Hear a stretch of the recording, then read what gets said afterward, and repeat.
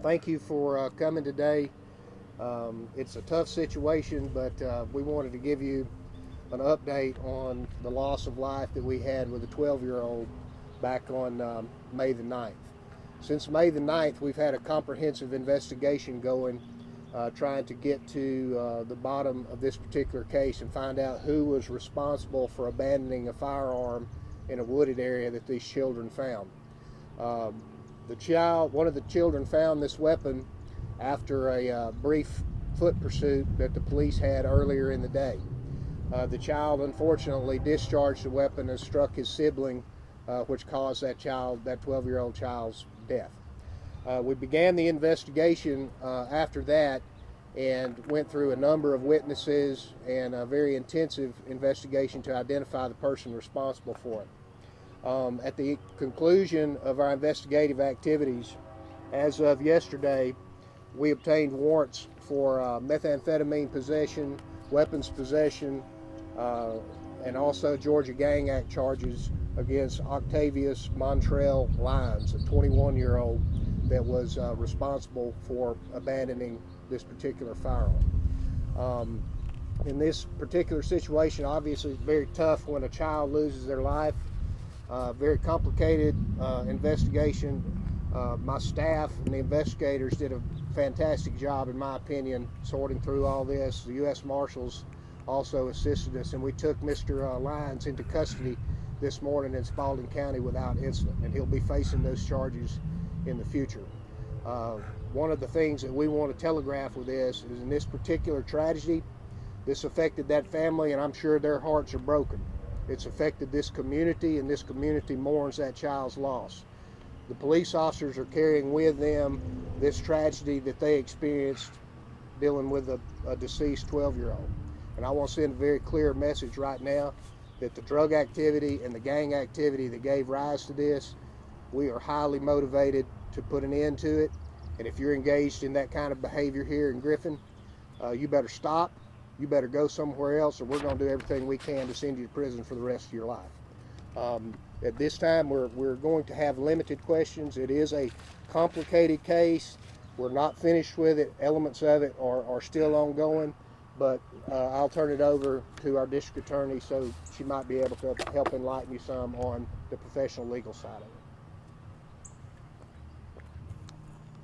Thank you all. Good morning. As the chief said, my name is Marie Broder. I'm the acting district attorney for the Griffin Judicial Circuit. First, I would like to extend my deepest sympathies to this family. I received this call that this happened on the eve of Mother's Day, and my heart breaks for that mother and the family of this child. We're so sorry. We cannot imagine your pain. Next, I want to say thank you to the hard-working men and women of the Griffin Police Department. They have worked tirelessly, day and night, to solve this case and to fight for this victim.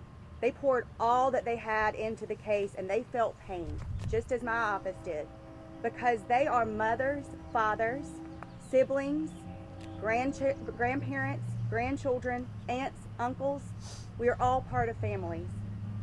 As the chief said, this act devastated not just a family, but a community. This child had so much promise, so much life to live, and so much light, and that light was extinguished. Now it is time for us to make sure that those that played a part in extinguishing that light are brought to justice. In solving this case, we saw a community come together and work with us. My office, the police department, and the community together. It shows you what teamwork can do. Now it is time for the fight to continue to a courtroom. And rest assured, my office will continue to fight for this child. That is what we do during the prosecution of cases. Fight. And we will fight for this child and all children in this community. Because no child should jump on a trampoline and fear that they will be shot. I would like to elaborate a bit on the charges that this defendant is facing. Mr. Lyons faces involuntary manslaughter, reckless conduct, possession of a firearm during the commission of a felony, possession of MDMA, abandonment of drugs, obstruction of police officers, possession of methamphetamine, and 3 violations of Georgia's Gang Act.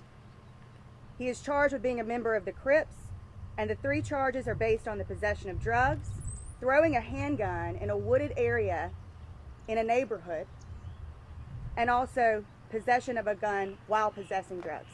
Those are the basis for the Gang Act charges, and those are the 10 charges that this defendant faces. As the case is in active prosecution status with my office, I'm limited on what questions I can answer, but at this time we will take questions, and if I can't answer it or if the chief can answer it, we certainly will. I guess my question is for the chief. Can you talk about how you're able to find him? He was one of the people who was involved in that foot chase from earlier, kind of how you were able to connect that to the two? By circumstance, after the officers initially had the foot chase, they actually encountered the driver of the car they fled from later, and he provided some information that gave us leads to work to identify who those other persons were. So you believe Mr. Lyons was one of the people in that vehicle that was pulled over, and then they all kind of ran from Yes. that traffic stop? Yes, sir. Okay. Do you anticipate anyone else from that group facing charges?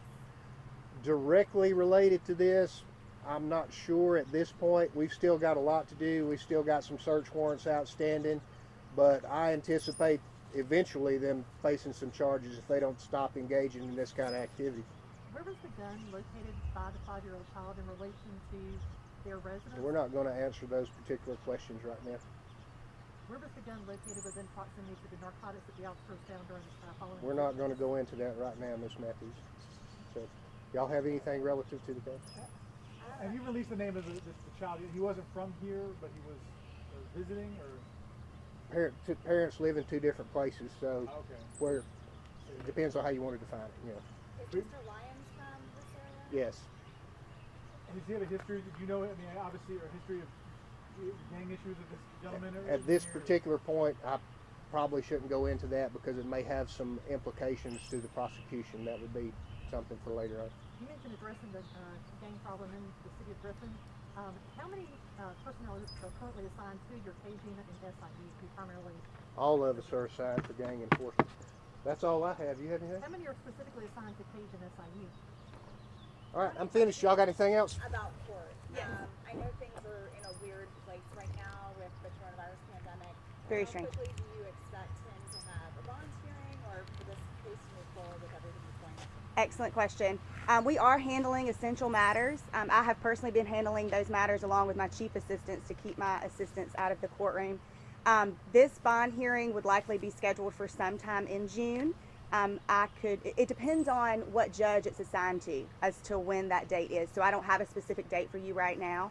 It would be a statutory bond hearing, and it would be handled by my office when it's assigned to a particular judge. So we can update you on when the bond hearing would be. And I would imagine that you don't want him to get out on bond. No, we would oppose bond at this time.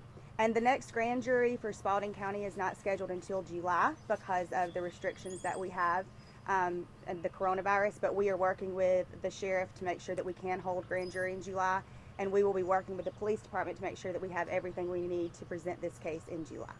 Will he have his first appearance though within the next 24, 40 hours? Yes, and they are holding first appearance virtually, so he would have a virtual first appearance hearing within the next 48 hours.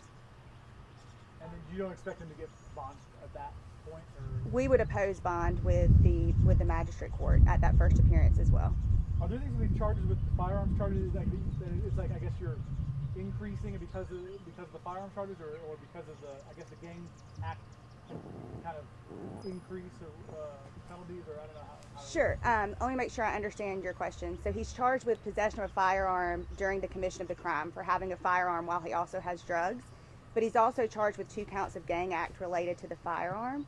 The one is just possessing a firearm and recklessly abandoning it where the child was able to find it. The other one, the underlying act for the gang charge, is the possession of drugs and a gun at the same time. We could run all 3 of those gang charges consecutively. It carries anywhere from 2 to 20 years in prison. So that would depend on the judge at sentencing. And he's been charged with possession of methamphetamine. It was reported Saturday or Sunday that that the police officers earlier on Saturday did locate MDMA. Was the methamphetamine located and recovered upon his arrest today? So let me clarify that. MDMA right now, when we're sending it to the crime lab, is often testing out as methamphetamine.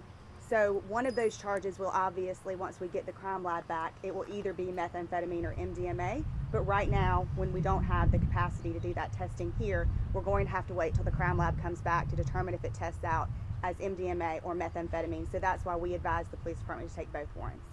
I know that, we aren't identifying the family, but I'm sure you guys have notified them of this arrest.